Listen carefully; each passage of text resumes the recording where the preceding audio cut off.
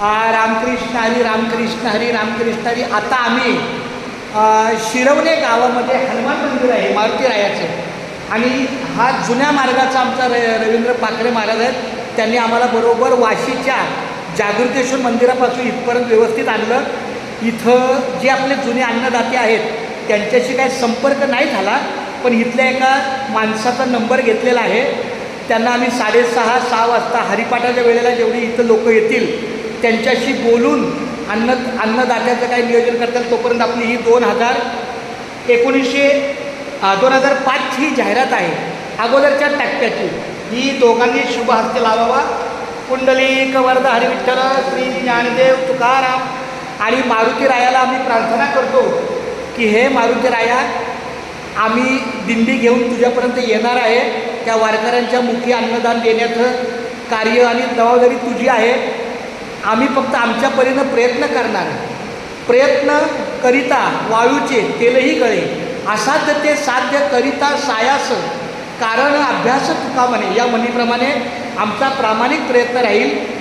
तूच आहे तुझ्या आमच्या सेवेला सहकार्य करावं. आणि या जुन्या जाहिरातीने एक नोंद पण केलेली आहे की इथल्या ग्रामस्थांनी आमच्याशी संपर्क साधावा. आणि जे काही रघुनाथ नारायण पाटील दुकानदार अशा नावाचा एक अन्नदाता आहे, त्याच्यापर्यंत आम्ही 2-3 वेळा प्रयत्न केला. आजूबाजूच्या लोकांची पण काही नाही झालं. असं म्हणावं की कदाचित भगवंताची इच्छा नसेल, पण इथं कोणतरी अन्नदाता उभा राहणार आणि आपली वारी इथं येणार. आणि इथून आता पुढचा टप्पा आहे रात्रीचा मुक्काम विठ्ठलवाडी विठ्ठल मंदिर या ठिकाणी आपण जायचं.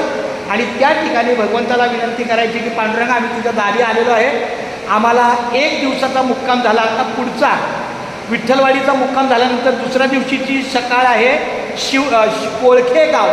आणि कोळखे गाव झालं की पुन्हा चौक मुक्काम. चौकपर्यंत गेलं की आपण जिंकलो. चौकपर्यंत गेलं की नंतर मग पुढचा बापदेव वगैरे तो आपल्या जुन्या मार्गातलाच आहे. त्याबद्दल काय वाट नाही. खूप धन्यवाद. माऊली, तुम्हाला काही सांगायचं आहे का आपल्या ह्या भगवंताच्या निवेदनाबद्दल? रवी महाराज, तुम्हाला काही बोलायचं असेल तर बोला. आपण परत जुन्या मार्गाने येतो आहे, आपल्या दिंडीचं परत उज्ज्वल आहे, खूप चांगलं आहे. आणि ज्ञानेश्वर माऊली, रामकृष्णाने बोला. असं तुमच्या मुखातून येऊ दे बाळा. तुम्हाला काही आजच्या सेवेबद्दल काही सांगायचं आहे का? जे काय असेल ते सांगा, जे काही बोलायचं असेल बोला.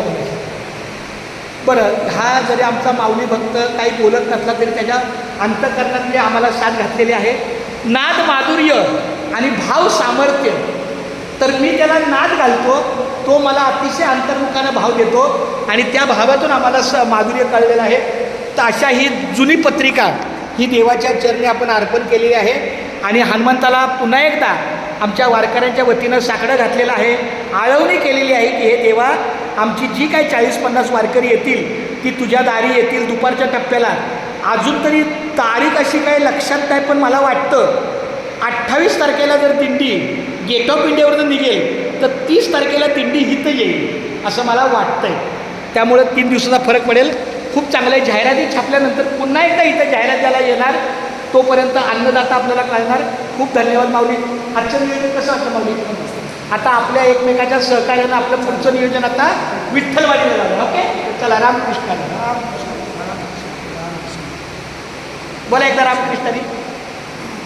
बोला रामकृष्णारी.